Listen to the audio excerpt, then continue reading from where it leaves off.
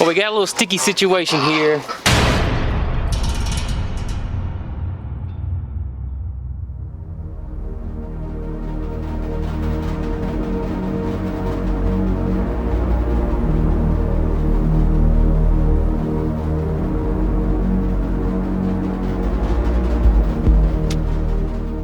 Hey Peaches, I'm gonna hook a strap up to you, okay? And then I'm gonna tie you to the tractor and I'm gonna let you get it out. That's what I think too. Well, we got a little sticky situation here. All the rain we had, just months and months of just solid non-stop rain. This area is never wet.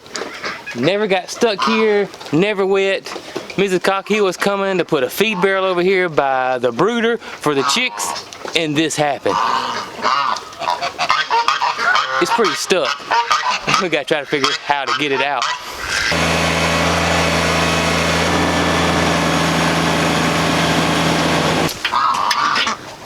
We gotta move it off.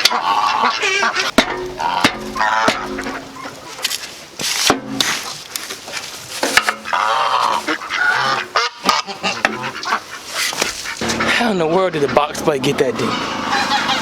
Let's hook this box plate up around this and pull it this way and see if the box plate don't twist and come off. You know what I'm saying? Yeah. What we're doing is trying to get the box plate off. The box plate is really heavy, and I don't want to hurt myself trying to wrestle with it, and it's in such a bind that I tried to move it with a shovel, almost broke the shovel, tried to move it with my hands. I can't move it, so we're letting the side-by-side do all the work. The box plate is a 3-point hitch, so it's got 3 points that hold it on to the tractor. We got the top two went off, that was easy.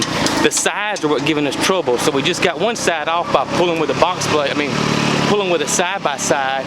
Now we're gonna pull the box plate itself and try to get it to twist out of that bind so we can get the other hitch off.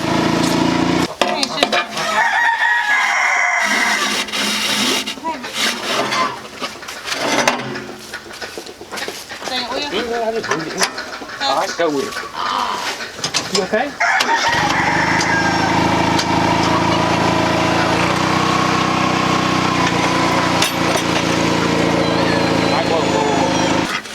Yeah, but see, we can lift it off now.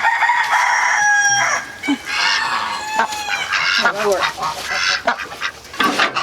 Alright, hang on. You make it back? No, it needs to shift around. Alright, whoa. Give me a little bit.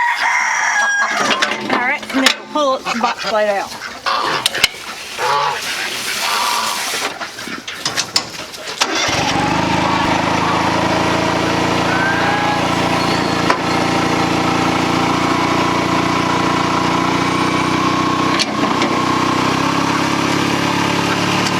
Now, that was big. That was big. But look how deep that tire is.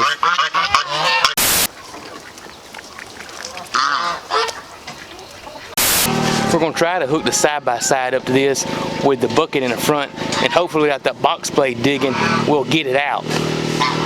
If not, we're gonna start trying to put stuff under this wheel, but I couldn't get to it with that box plate on there.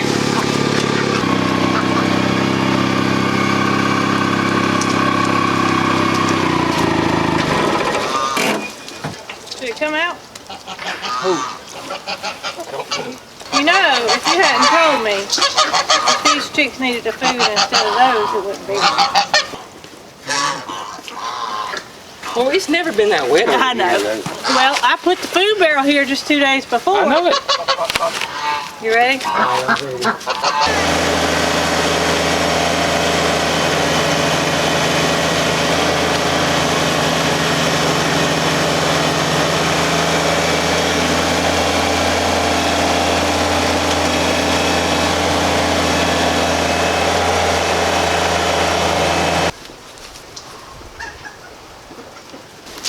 I ain't never thought it wasn't gonna come out, but I think it ain't gonna come out. It's pretty stuck.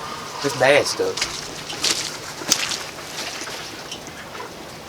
It's because it's nothing but slop. The frame is directly on the ground. You're almost going to have to go forward. I can't go forward. I'd go forward if I could.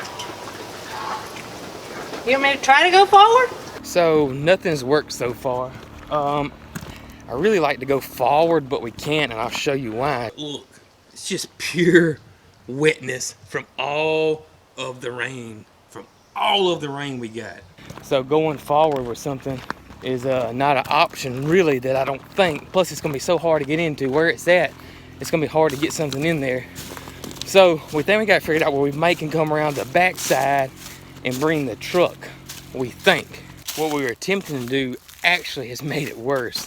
It's a good bit worse. It just keeps sinking on that one side, and it's pretty bad.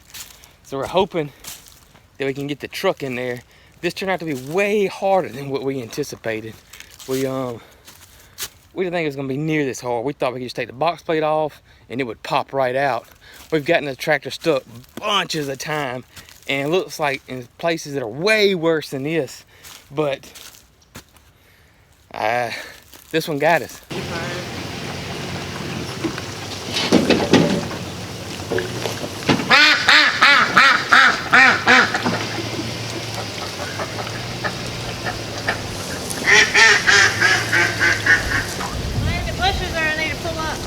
You're okay. That's good. That's good. Yeah.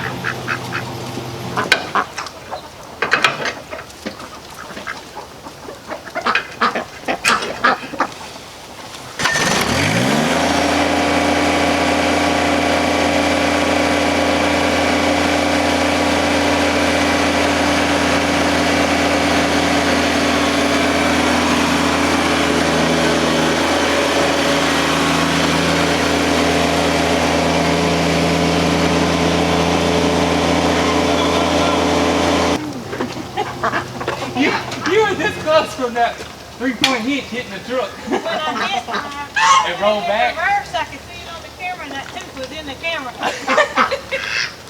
It's a stinky mud too. Look how deep it is. Look at it from this side. Holy cow. Never wet here. That's crazy. Hey, but we got it. Now you gotta wash your tractor off. We are gonna put the box plate back on. Okay. Where is it? I got it put over yonder. I'm taking some drive out of here. Okay. Get it stuck where the truck can't go. Don't get it stuck where the truck can't go. That's good advice. Just watch your corner on your side. Let's hope we don't get the truck stuck. I ain't gonna get the truck stuck.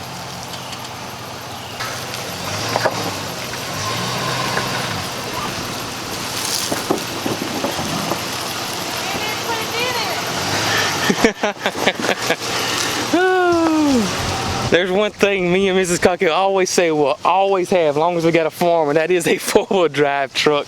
You just never know when you're gonna need it, and we use that 4-wheel drive all the time.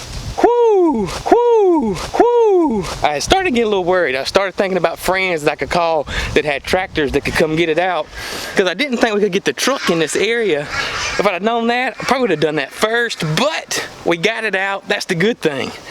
Now let's go farm. There's a water hose under there. Yeah, I was worried that when the tractor was sitting on it that I couldn't water the rabbits. Oh yeah, that's why I said we'd water the rabbits after we get the tractor. Yeah. Golly. Easy work out of it, didn't it? Yeah, that's why I was just thinking, I don't know, we should have thought of that first, but we thought it was just going to be easy to popping the box plate off. It would have been easy had it not sunk on that one side. Yeah. Well, it rained after that. 1, 2, 3.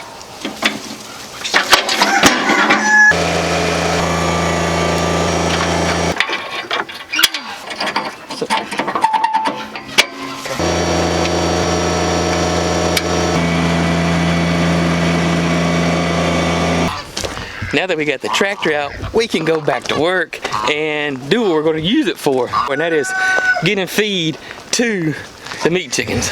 I will say this, I'm not sponsored by Kubota in any way, but we have used this tractor. This tractor is probably close to 10 years old now. We have absolutely used the stew out of this tractor.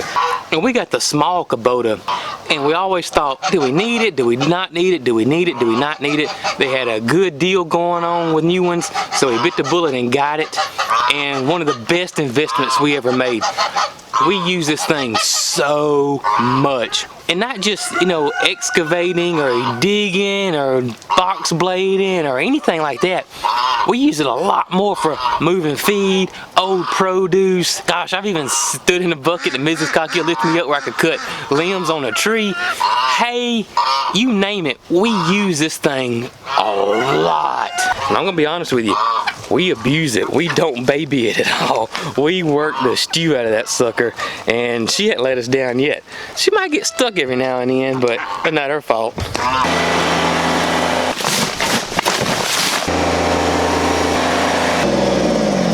I just remember, I forgot the DE. I like to put DE on just about all our feed. Diatomaceous earth. I did a whole video on that about 2 years ago about diatomaceous earth. If you didn't see that video, I'll put a link to it right over here and you can go check it out. But DE is a natural wormer, this diatomaceous earth, and basically it's just fossils, it's tiny fossils, it's crystallized, it's got little sharp edges if you were to look up under a microscope. So they claim that, you know, a parasite hits those sharp edges and it cuts them, and, you know, therefore it kills them. Another thing that it will do for food is I keep it in my feed a lot because it helps keep bugs and critters out of the feed. So what I normally do is I'll pour a bag of feed, I'll put some DE on it, I just eyeball it, mix it up, pour another bag of feed, and I just keep layering it like that, and works for me. Piranhas.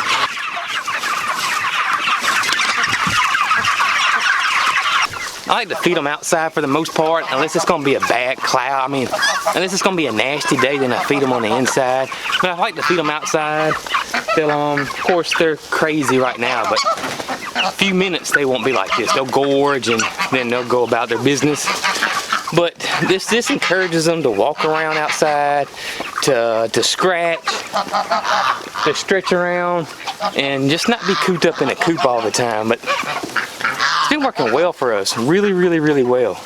This whole setup is one of the best things we've ever done, because we're basically running free-range meat chickens in the forest, and it's working. I just recently talked about this on our podcast. A matter of fact, just the other day, and if you missed the podcast, go check it out. I do a weekly podcast on all the podcast channels, iTunes, Podbean, Stitcher, TuneIn, and I do put it on YouTube, on my YouTube channel, which is a totally different channel. It's my podcast channel. I'll put a link to it right over here. But chickens, we run our chickens in the woods a lot because chickens are jungle fowl. They're originally from the jungle. So forest and woods and all that is their natural environment from many years ago. So always remember, no two farms are alike. You do you, and you figure out what's best for you and adapt to your situation. If you want to farm, you can do it.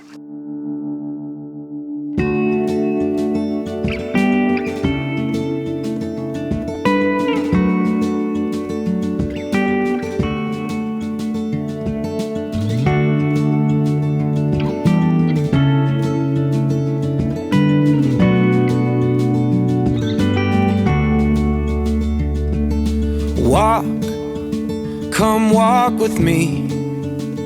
Feel the breeze, come walk with me. Oh, and dance, come dance with me. Shuffle your feet, come dance with me. And I will tell you when you're older how I loved you. Hey guys, thanks for watching the video. Check out this video right over here. I believe you'll definitely like it. New to the channel, like what you see, hit the subscribe button right down below. Y'all be good. Never mattered from where you came.